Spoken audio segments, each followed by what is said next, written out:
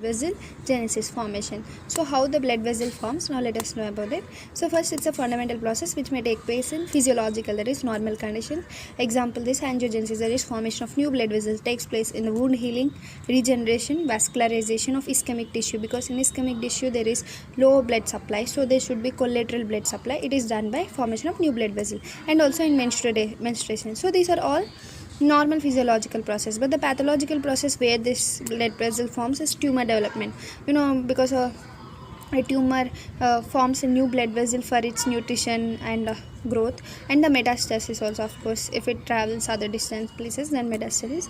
And also diabetic retinopathy, that is formation of new blood vessel in our retina, and also the chronic inflammation. So these are the pathogenic cases which is leading to angiogenesis. So before, Egyptian physicians used to think that these vessels are every part of our body which are hollow, having a mouth which opens to absorb medications and eliminate waste. So they used to think something like a tube which is taking the medications and eliminating it. But now we know more about this. The embryonic development of formation of the vessels is known as vasculogenesis, in which a primitive vascular network is established from the endothelial cell precursors. These are known as angioblasts. Angioblasts means these are the stem cells which are present, which are endothelial cell precursors, or from a dual hemopoietic or endothelial cell precursors called hemangioblasts.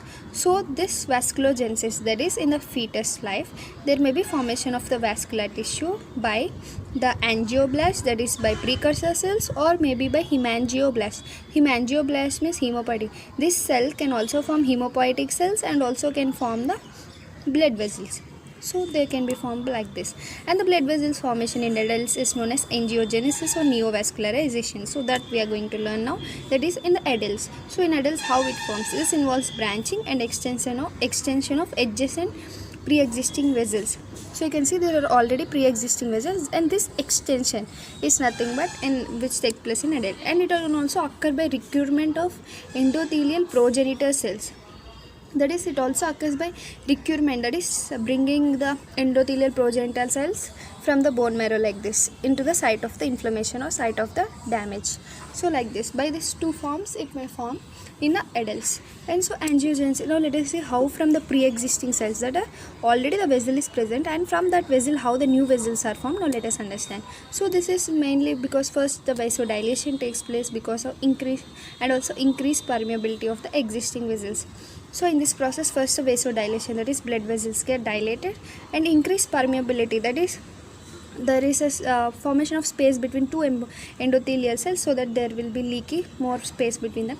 And also degradation of ECM, that is extracellular matrix. They degrade the extracellular matrix, and migration of endothelium cells. So why they are degrading the extracellular matrix? To easily migrate. Actually it has a tip cell. For example, this is a blood vessel.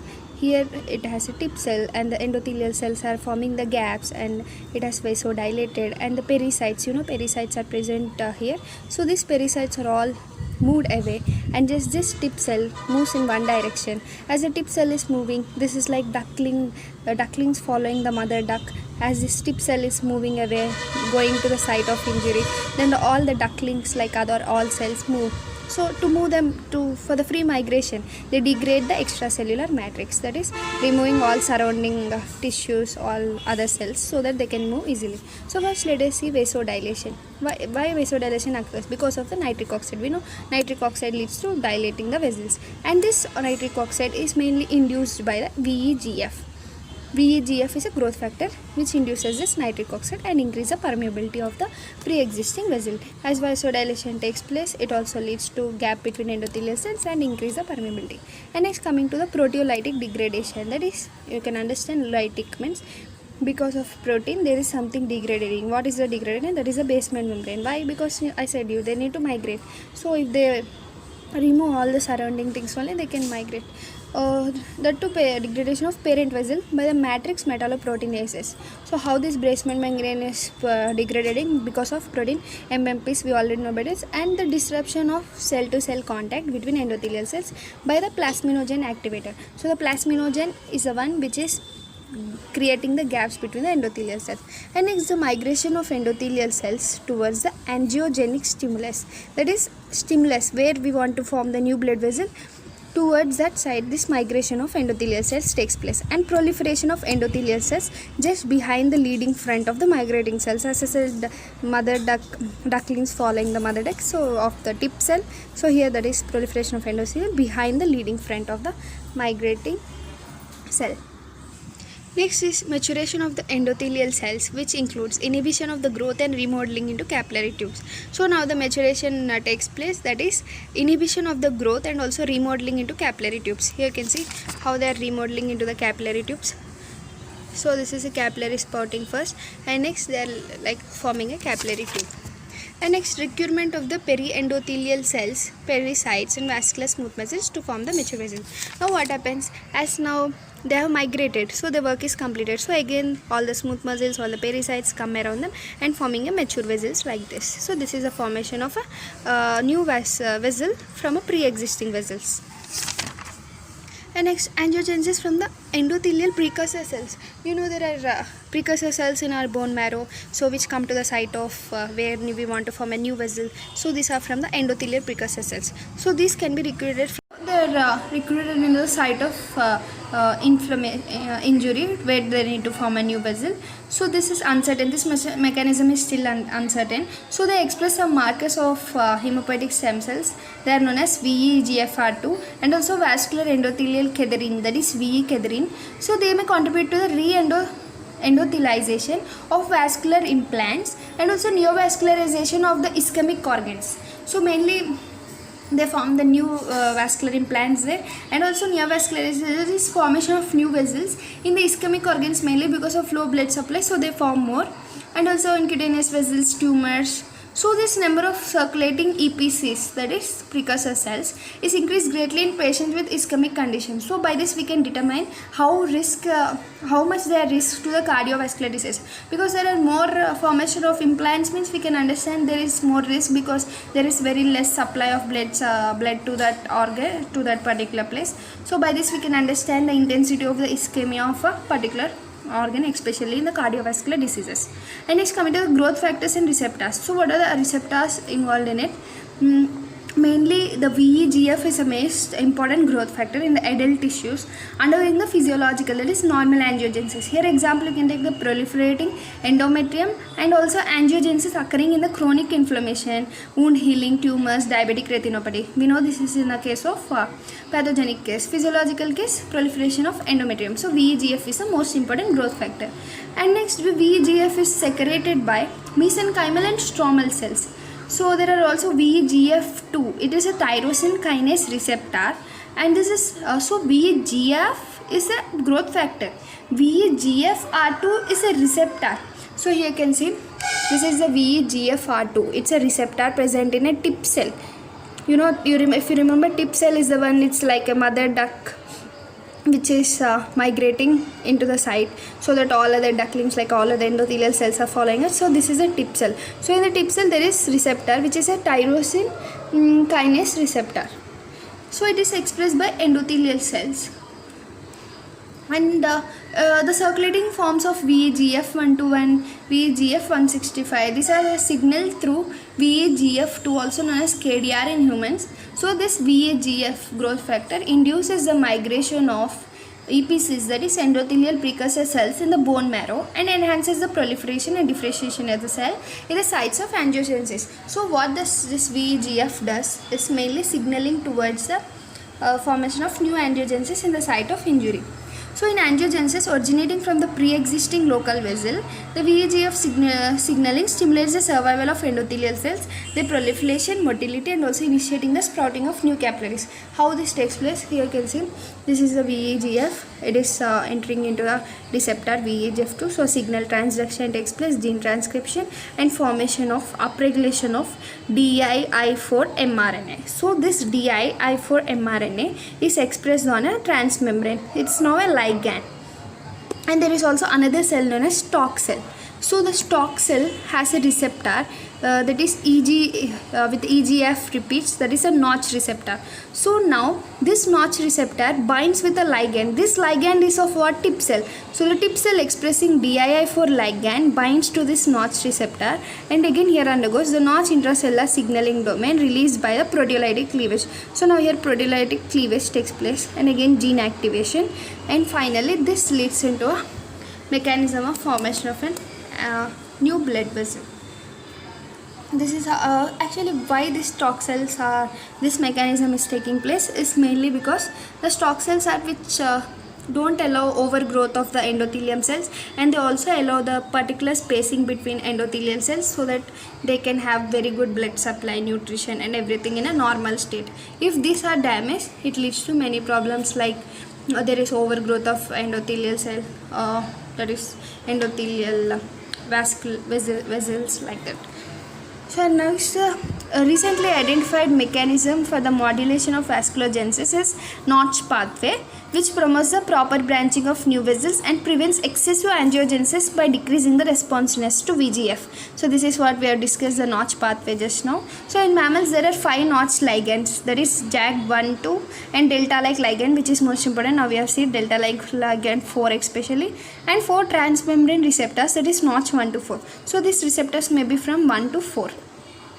And the receptor containing EGF like repeats on their extracellular surface, we have seen that. So that serves as a ligand binding site. So the delta like D14 is endothelial cell specific and expressed in arteries and capillaries, but not in veins. So this is important, they are expressed only in arteries and capillaries, not in veins. And during angiogenesis, the leading cell known as tip cell undergoes proliferation migration, but the stalk cells maintain their connection with the existing vessel. So you can see the stalk cell is always maintaining the its connection with the existing vessel, but the tip cell is always migrating. So stalk cell will be always there to maintain the blood vessel in a proper way. So the interaction between the delta-like ligand 4 notch receptors and adjacent tip stalk cells leads to a two-step proteolytic cleavage. There is a two-step cleavage. Releasing of notch intracellular domain, which translocates the nucleus and activates genes that dampen the response to VEGF. So this is all we have discussed. So the blockade of, what happens sometimes, the blockade of delta-like ligand causes increased proliferation of endothelial cells and capillary sprouting. So if these are, the delta-like ligands are blocked, then it leads to more proliferation, because this is the one which is maintaining the normal proliferation and normal maintenance of endothelial cells. So if it is blocked, it leads to many effects. And VEGF blockade, so if this stimulator itself is blocked, then it has opposite effects like, and also decreases survival of endothelial cells. So we need to understand this. Now what happens if DLL4 blockade, that is if this ligand is blocked, increases the sprouting, EC proliferation, vessel lumen size decreases, vascular organization decreases, because you know this is the ligand. You can see this is of a tip cell. So if the tip cells, this ligand is damaged, then of course sprouting increases more, because it is not in control. Tip cell, you know, it's always forming new vessels. So this is not in control and leads to all this. But if VEGF blocks, that is this factor blocks, then what happens? There is decrease in sprouting, because that is, this VEGF is what stimulating the tip cell. So if this blocks, then it decreases the sprouting, EC proliferation decreases, EC survival decreases, and vascular organization increases. Now let's see, the stabilization is mainly by pericytes and also smooth muscle cells, also known as periendothelial cells, and also by deposition of the ECM proteins, that is extracellular matrix proteins. Angiopoietins 1 and 2 and PDGF and TGF beta participate in the stabilization process. So what are these? Let us understand first about angiopoietin 1. This is the one which interacts with the receptor on the endothelial cells called Tie2. So it also has a receptor on for example, this is endothelial cell, this is a receptor Tie2. Okay, and the angiotensin 1 binds here. Then what happens? It recruits the periendothelial cells, that is the pericytes and smooth muscles, all of them come together when this Tie2 is attached with this angiopoietin 1. Then the PDGF also participates in the recruitment of smooth muscle cells, while the TGF-beta stabilizes newly formed vessels by enhancing production of ECM proteins. So what does TGF-beta does? It enhances the production of ECM proteins. So means nothing but again bringing every proteins, smooth muscles, pericytes around the blood vessels. So angio 1 Tie2 interactions. So this both interaction mediates the vessel maturation from simple endothelial tubes into the more elaborate vascular structures and helps maintain endothelial quiescence. So the ANG2 in contrast, which also interacts with Tie2. ANG2 also interacts with the Tie2, but it has the opposite effect, like it makes the endothelial cells become either more responsive to the stimulation by growth factors like VEGF, or in the absence of VEGF, or more responsive to inhibitors of angiogenesis. So it is like inhibitory function.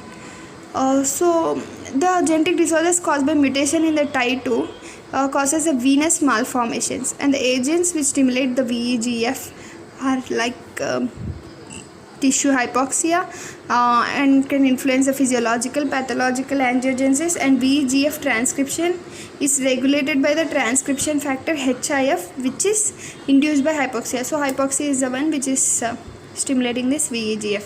Then if this whenever there is low oxygen supply to us, then we need more vessels, because there is low blood supply. To compensate it, we need to increase the angiogenesis. And ECM proteins as regulators of angiogenesis. So the key component of angiogenesis is mainly motility and migration, we know, and formation of new blood vessels. So this process is mainly controlled by some classes of proteins like integrins, especially alpha beta 32, and are critical for the formation and maintenance of newly formed blood vessels, and also matricellular proteins including thrombospondin 1, sparks, and tetansin, which destabilize the cell matrix interactions and therefore promote angiogenesis. So this all just we need to once see, look at them. There's nothing to understand, we can easily understand it. Proteinases such as plasminogen activatase and MMPs, which are important in tissue remodeling during endothelial invasion. And additionally, proteinases cleave the extracellular proteins, releasing a matrix bound growth factors such as VEGF and FGF2, and stimulate the angiogenesis. So the proteinases can also release inhibitors like endostatin, a small fragment of collagen that inhibits the endothelial proliferation and also angiogenesis.